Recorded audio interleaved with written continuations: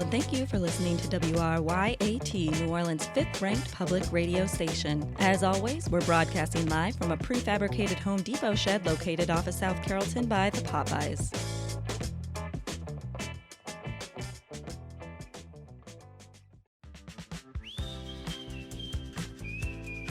Welcome to The Canceled Show, the Gulf Coast's greatest contributor to cancel culture. I'm Gopher the Toker, and with me is Professor of Sociology at Rutgers University, Dr. Bruce Sampson. Good morning. As usual, we're here to help you cancel those people that need to be canceled. We're talking about your enemies at work, exes, bosses, romantic rivals, or anyone else that needs to be effectively removed from polite society for your benefit. We've yet to find a man, woman, non-binary, non-beast, beast, mineral, vegetable, or side dish that we can't cancel. We don't care about your political affiliation, social status, economic standing, or belief structure. If you need someone canceled, we're your go-to cancelistas for all your cancellation needs. So are you ready to do some canceling today, Doc? You bet I am, Gopher. Okay, first caller. This is Gopher and the Doc. Who can we cancel for you? Hey guys, long-time listener, first-time caller. Great. What do you need? Oh, so I got this girlfriend, but I'm really kind of done with her. Okay. And her friend's really hot, and I'd really like to get with her. Okay. We have a lot of mutual friends, though, so I just want to know, is there a way I can get my girlfriend canceled so when I ditch her for her hot friend, our friend thinks that she's the bad guy and I am not? Well, the answer is obviously to get her canceled first. What do you think, Doc? Well, let's see what we have to work with. Now, first, she's a woman, and you're a man, but that doesn't necessarily make this impossible.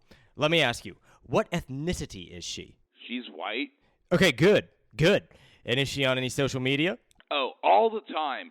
She posts about everything. Great. That opens up some big possibilities. Have you gone through her post history?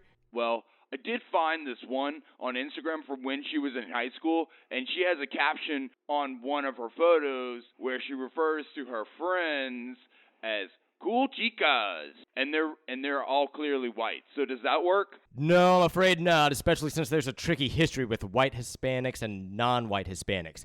I would steer clear of that if you don't want to get canceled yourself. Okay, cool. Do you know if she likes J.K. Rowling at all? Yeah, dude. She loves Harry Potter, and she posts about how she's like Ravenclaw all the time. I could get her canceled with that, right? No. But by the transitive property of cancellation, if she doesn't specifically speak out against a canceled person or persons, she might be a prime candidate for cancellation herself. Do you know if she said anything about J.K. Rowling's statements regarding the trans community? Oh, she posts about how sad that stuff makes her all the time. Damn it! Your girlfriend's making this hard, buddy. I know. She's so annoying. Now you see why I want to dump her? Hey, don't lose your patience there, caller. We'll figure this out. So we've got an active social media user. Has your girlfriend ever post videos of herself just talking? All the time. But they're generally about makeup tips or whatever. Well, is there anything she says when she's not recording that you could post on her account as if she meant to post it? No, she's very boring, Doc. Although... What is it? There are no bad ideas when we're brainstorming how to cancel someone. Well... she does this weird thing whenever I make her watch the TV show Twin Peaks. The dream sequences where those dudes talk backwards really freak her out. And afterward, she always gets night terrors and screams out things in her sleep. Okay, what does she scream? What kind of things does she scream? Well, one thing she shouts is, speak English. Oh, that's a bingo, pal. Caller, here's what you need to do. When you come in tonight, tell her you really feel like watching Twin Peaks. Then, when she starts yelling in her sleep, record it. Then log onto her social media, put up a video with a picture of movie star Jackie Chan, and make the Speak English recording play on repeat. She'll be canceled by the afternoon. Thanks, Doc. Thank you. Good work, Doc. But I don't get it. Won't older listeners recall that Chris Tucker yelled "Speak English" at Jackie Chan in the movie Rush Hour when it came out in 1998? The older ones might, but that's the beauty of it. The response online will be one of immediate outrage, regardless of context, and the follow-up reaction will be others trying to defend the outdated comedy bit under the influence of nostalgia. This will create a louder, wider-spreading conversation, which will only make her friends even more likely to abandon her as more people learn of her posts. It's simple social science. And then our first caller is free to slide into that gal pal's DMs. And by DMs, I mean dump maker. Am I right, Doc? That's really gross, Gopher, and I prefer not to acknowledge your remark. All right, no problem. Well, let's get to our second caller. Hello, you're on the air. Hi.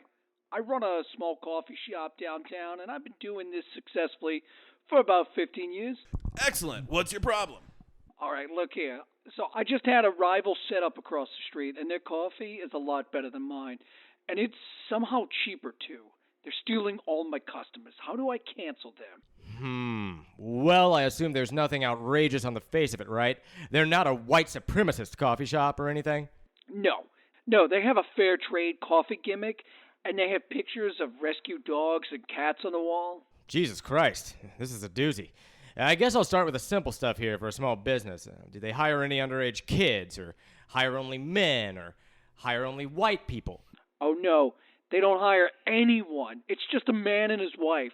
Oh, well, shucks. A heteronormative power couple. I think we're already there. It's run by just those two? Yeah, just some white yuppies who keep telling everyone they just have a passion for good coffee. I mean, it's just bean-flavored hot water, for God's sakes, you know? It all tastes the same to me. Caller, do you have any employees, especially people of color? Yeah, I have 6 kids at any point in time, and some of them check off a few of those boxes. We even got one gay one, I think. What's important to me is I can pay them below minimum wage, since I put out a tip jar. Perfect. Listen, here's what you have to do. Go to the city council and do a speech protesting gentrification. If you do it loudly and angrily enough, you can get one of those kids to post a recording to Reddit, and it'll trend. It'll trend even if I'm a white man complaining about gentrification? Oh yeah, just be really angry, and use the words community and history and diversity a lot. Then put up a lot of bumper stickers around the block and store entrance protesting gentrification. Have one of your kids go around the block and do a fake anti-gentrification interview segment in front of a smartphone. It doesn't matter if you're actually recording anything or not. And Viola! Those guys across the street will be out of business by the end of the month. Okay, cool. I'll get to it. I think I could get those kids to do that stuff by promising them more tips. Hey, thank you.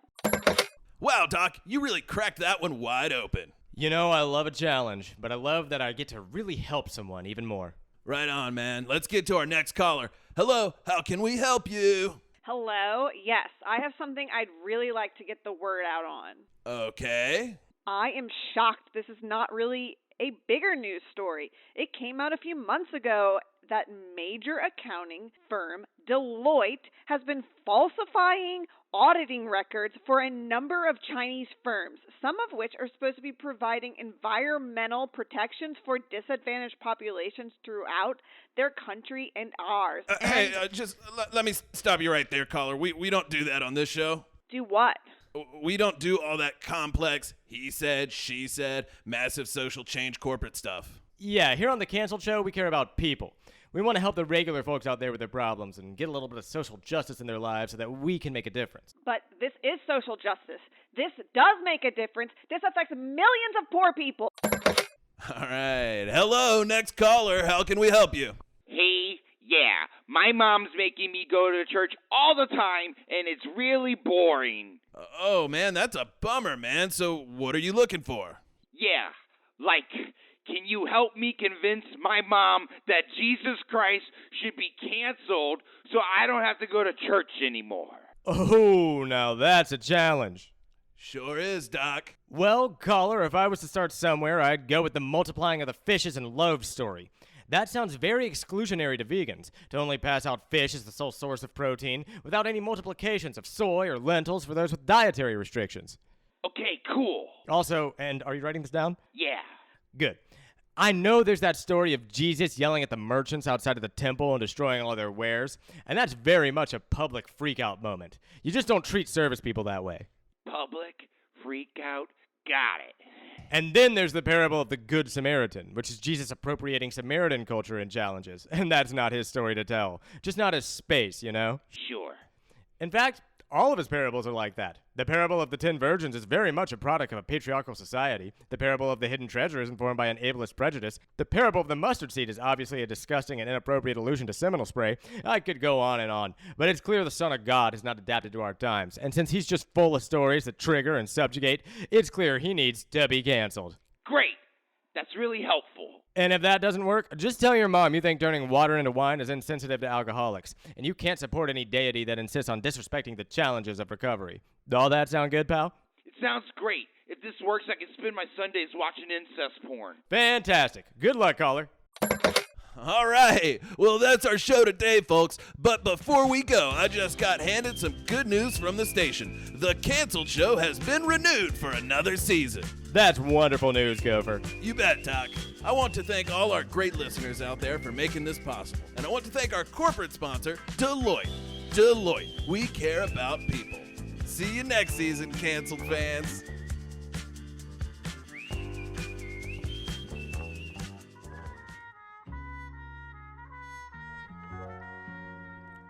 New Orleans is like a glass of good iced tea, steeped long in history.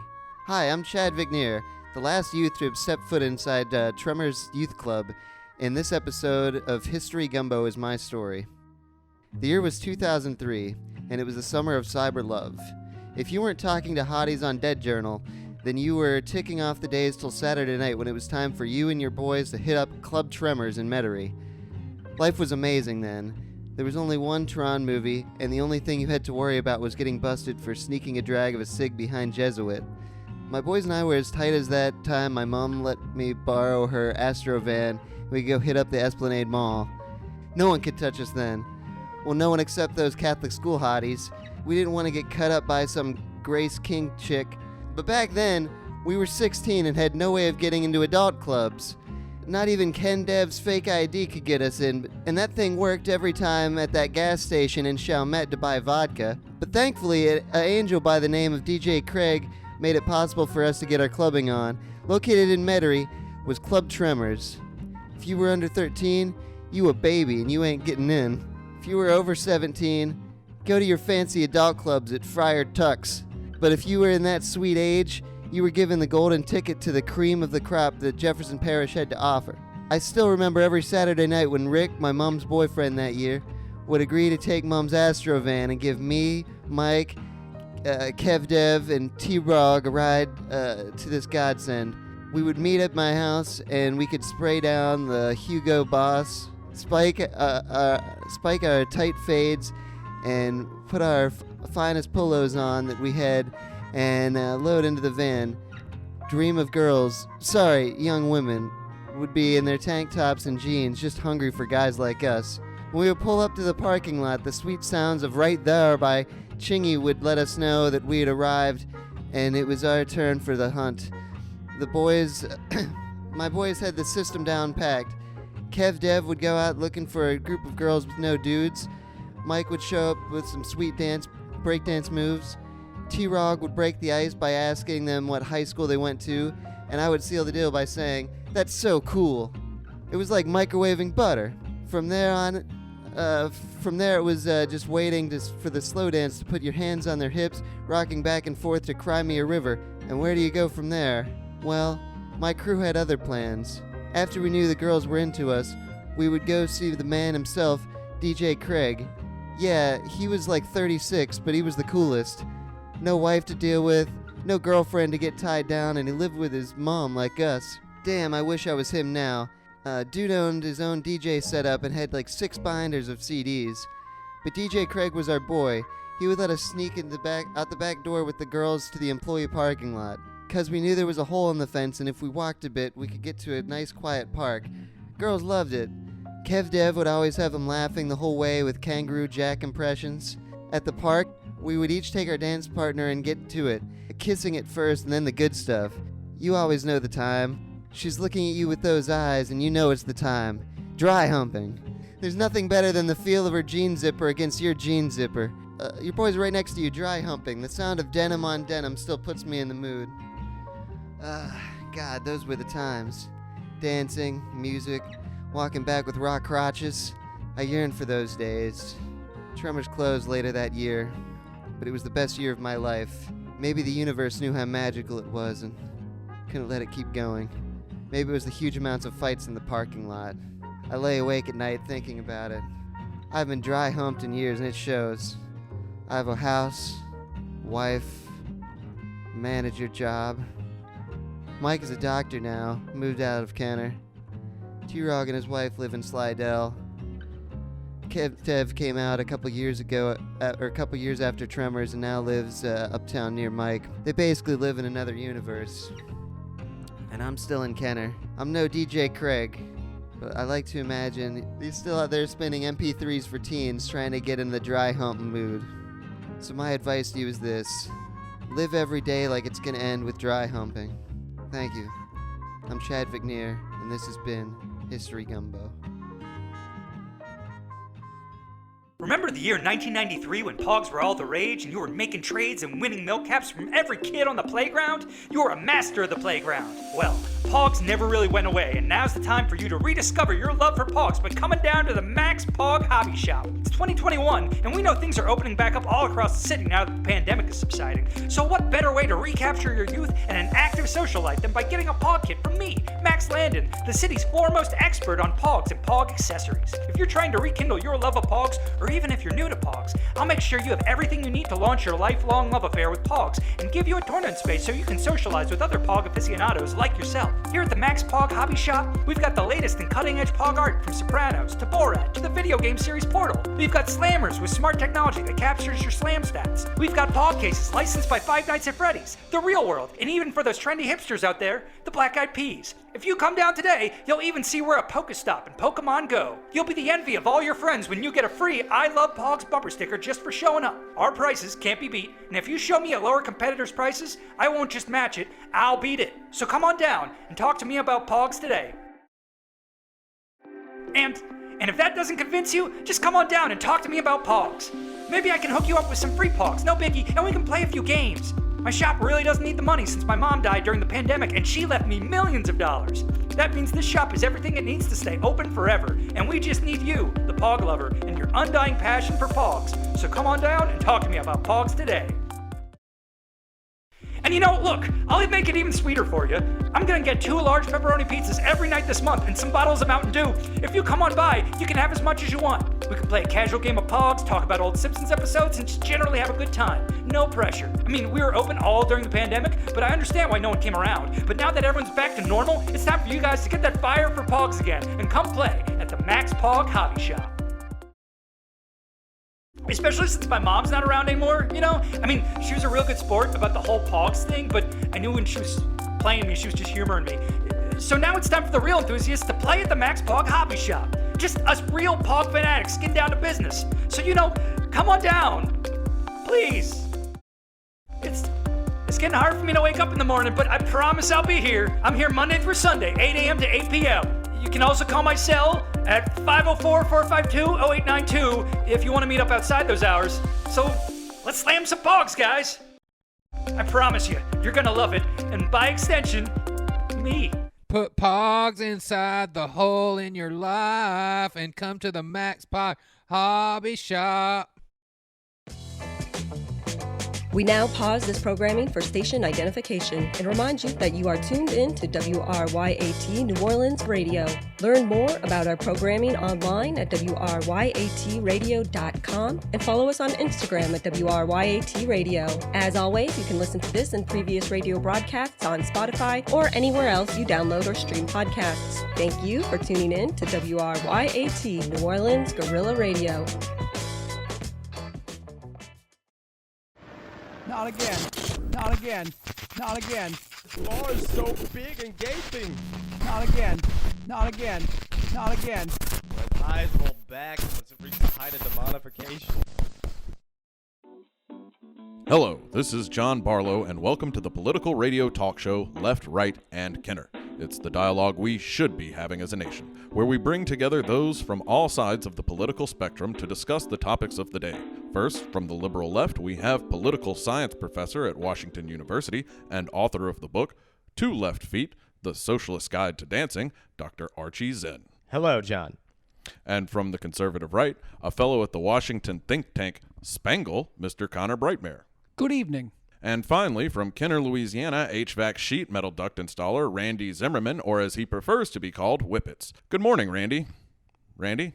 Whatever, bruh. Oh, that's unusual. Normally you would correct me for not putting enough respect on your name. Do you have anything to say to our listeners this morning, Randy? Nah, bruh. Are you doing okay, Whippets? Yo, I'm going through some stuff right now after that Hurricane Ida, so just move on. Hurricane Ida? That was a month ago, Randy. Oh, I'm that nerd Hurricane Ida. I like to ruin everyone's side fences. I took out the power for 2 weeks. I kill your crawfish freezers and blow away your blue top roof. Did you have roof damage and have to put a blue tarp on your house after the storm, Randy? No, it blew away. The blue top I always use. I had to get another one, and that sent me back 3 Home Depot gift cards. This storm was bullshit, brah. Oh, well, I'm sorry that happened to you, Randy. Whatever. You're a nerd, too. Our first topic tonight is climate change. Some say that the increase in storms is due to higher temperatures affecting weather systems. Mr. Brightmare, thoughts? There's still a lot of dispute on whether climate change is happening at all, much less causing hurricanes. I think that's a lot of jumping to conclusions from anti-capitalist activists. Even if all that is true, there's still no evidence that any of this is the result of human activities. Archie? No evidence? Already, this is the third most active storm season on record, and last year was the most active of all time, and everything's been trending upward for at least 2 decades. Putting your fingers in your ears does not sound policy, Connor, and it's going to doom us all. Randy, are you comfortable talking about the hurricane today? It's Whippets, bruh. Okay, Whippets. What do you have to add about the hurricane? Ida done pushed a tree through my Meemaw's mother-in-law's house and broke all her collection of ceramic clowns. Oh, I'm sorry, Whippets. Yeah, those clowns have been passed through the family for generations, bruh. And some of those clowns, you can't even get anymore since, like, Mervin's passed on. That's terrible, Whippets. What's Mervin's? Yeah, it ain't there no more. Okay. And on top of all that, my baby's mama's baby got free after the storm and got all tangled up in a downed hammock. And then she got stuck in one of them painted electrical boxes on the Nutriground. And it got out, but we had to bring her to like the Walmart auction so the doctor could cut her out of the hammock without the rope burns. And that set me back another 3 Home Depot cards. That's a pretty involved story, but regardless, I really do sympathize. You can sympathize these nuts, dude. I know you're just lashing out in sadness and frustration, Whippets, but go back a moment. How did you get the hospital to accept gift cards as payments? Oh, I got that relationship with Dr. Rumpelmintz, so he gave me the hookup, dude. His name is Dr. Rumpelmintz? Well, that's what we call him down at the clinic bar on Jeff Highway because those are the shots that he likes me to get him. We go way back because, like, he's my main guy for my Meemaw's diabetes shots. And, he gets me that NOS. NOS? That's a nitrous oxide, dude. I thought you were like a brainiac or something since you're, like, such a nerd. I think we're getting a bit off topic. Anything more you want to add about the storm, Whippets? Yeah. I also just found out that, like, Dos Amigos taco buffet is gone, and I feel like I lost a friend. Or maybe 2. Why are you laughing at? I'm not in the mood, nerd. No, you said Dos Amigos, right? 2 friends? No, that taco buffet, brah. You should listen up. You ignorant. Whatever. All I know is I don't want to do the storm junk no more. That makes sense. Anyway, it's time for a new topic. President Joe Biden is now mandating that all employers with over 100 employees require vaccinations. Connor, what do you think? This is an absolute travesty, and it tramples on the God-given rights of every American man, woman, and child. What right are you talking about? The right to kill the immunocompromised? The right to incubate COVID mutations we can't treat? The right to decide what happens to my body. It's my choice. Oh, suddenly you care about bodily autonomy when it's not about forcing women to have children. Y'all need to shut up. I'm not in the mood for your dumb drama fights over nerd stuff. How do you feel about the mandate, Whippets? Oh, well, I remember when that Cubs Kenny Key West started mandating people wear shoes instead of them sandals, and I thought that was an example of what you call a slippery slope. You thought Kenny's Key West was going to be more restrictive over time? Nah, I thought they banned sandals because the parking lot curb hurt your knees when you slipped on that rampway. But turns out, Kenny's new stripper girlfriend just didn't like to look at toes, dude. Okay, but how do you feel about the mandates, Whippets?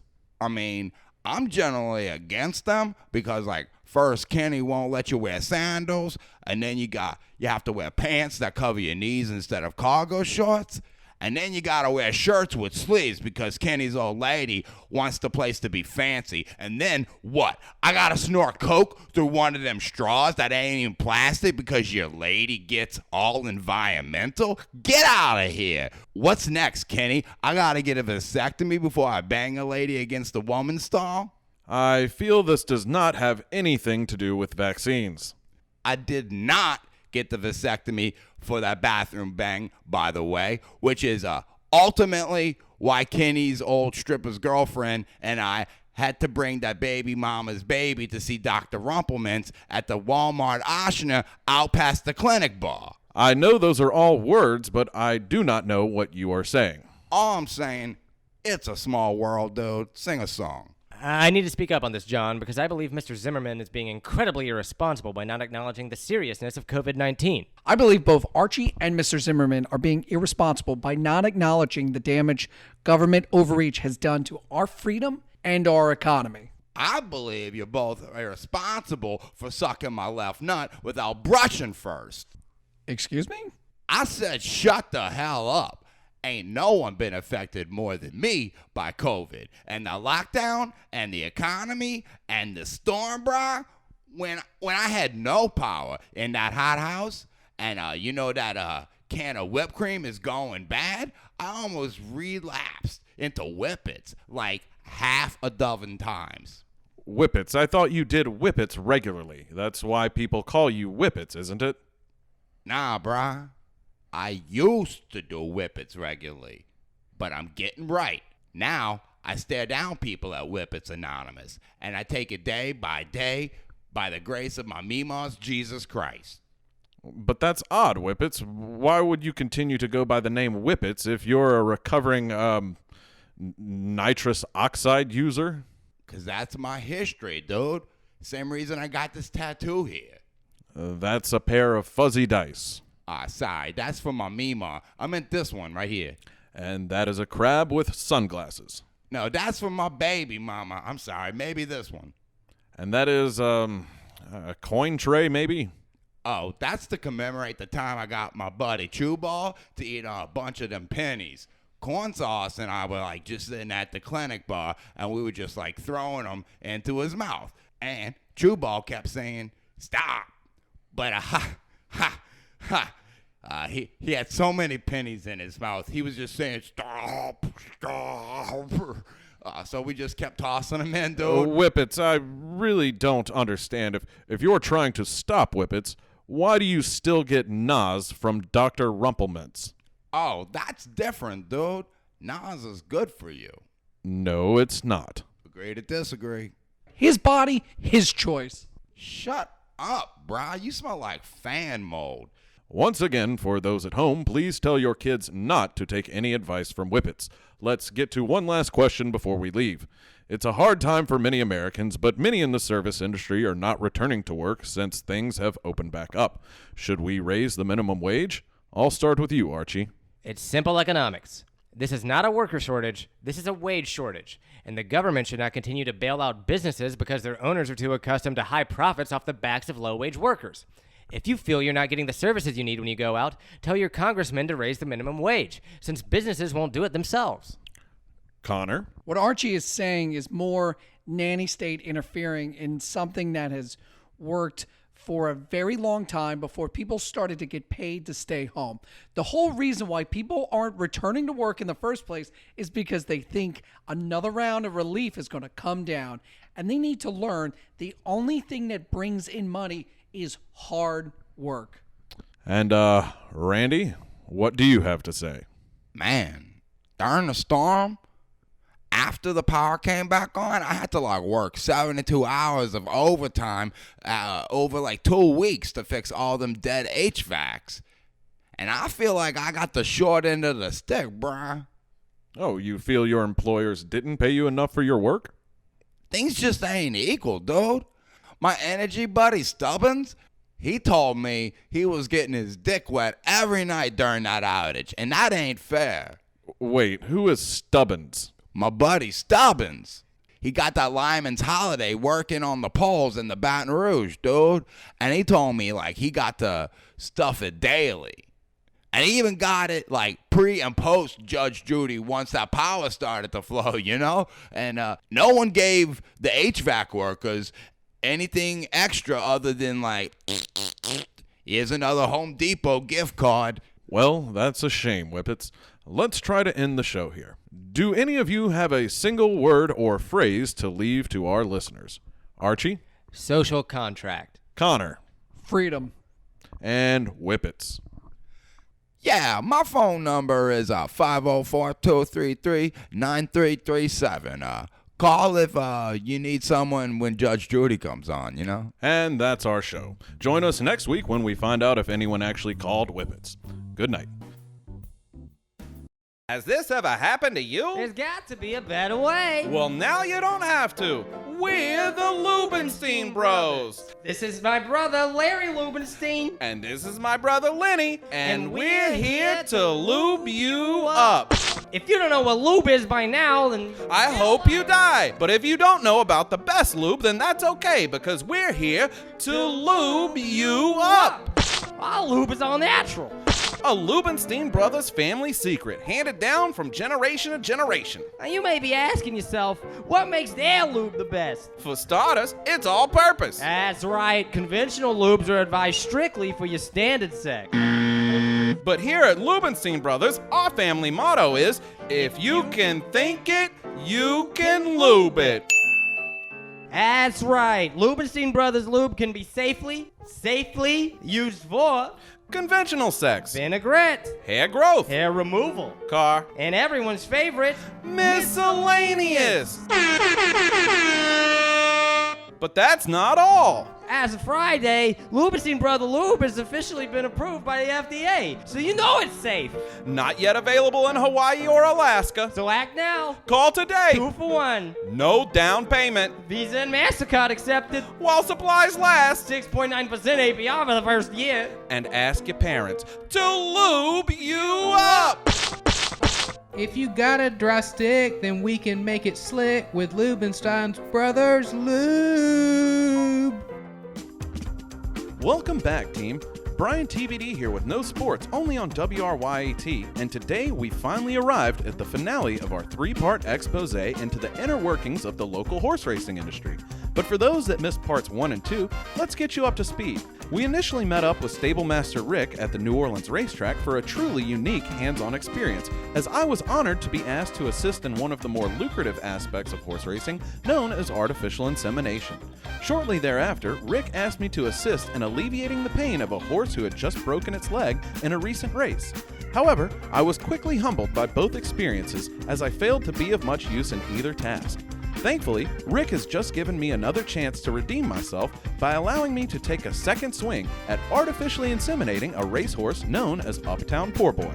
But this time, I refuse to let failure be an option. Enjoy! After failing to help Rick put down a horse formerly known as Philip Seymour Makemore, I was more determined than ever to do whatever it took to make sure I'd be able to finish the job with Uptown Poor Boy. So before going back into the stable, I did what any diligent person would do in these situations and watched videos online to learn the best techniques. Unfortunately, I didn't have much luck in finding helpful resources on the matter on the general internet, so I turned on my VPN and hopped on the dark web. I was immediately inundated with examples of horse stimulation and was quite surprised to find multiple sites completely dedicated to this type of content. In my efforts to learn more, I was captivated by what I saw online. What the fuck are you doing? Oh, nothing. I was just doing a bit of research to help me do the thing. Sure. Well, let's get on back to the stable and see if you're man enough to get Uptown Poor Boy to jizz. I think I'm ready, Rick. All right. There he is. And it looks like he's been waiting on you. A winkety-winkety. Here. Use the gloves this time. I think I'll pass. They seem to like it more without protection. Ha, ha, ha. I can relate to that. Wait, where'd you hear that from? Oh, the internet. Whatever. Here's some Lubenstein Brothers lube, though. You're definitely gonna need to use that Lubenstein Brothers lube. Thank you.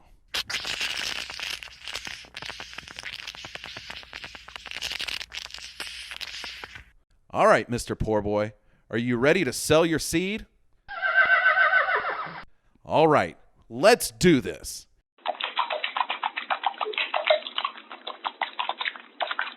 I immediately went to town on the championship steed, using every trick and technique that I could remember.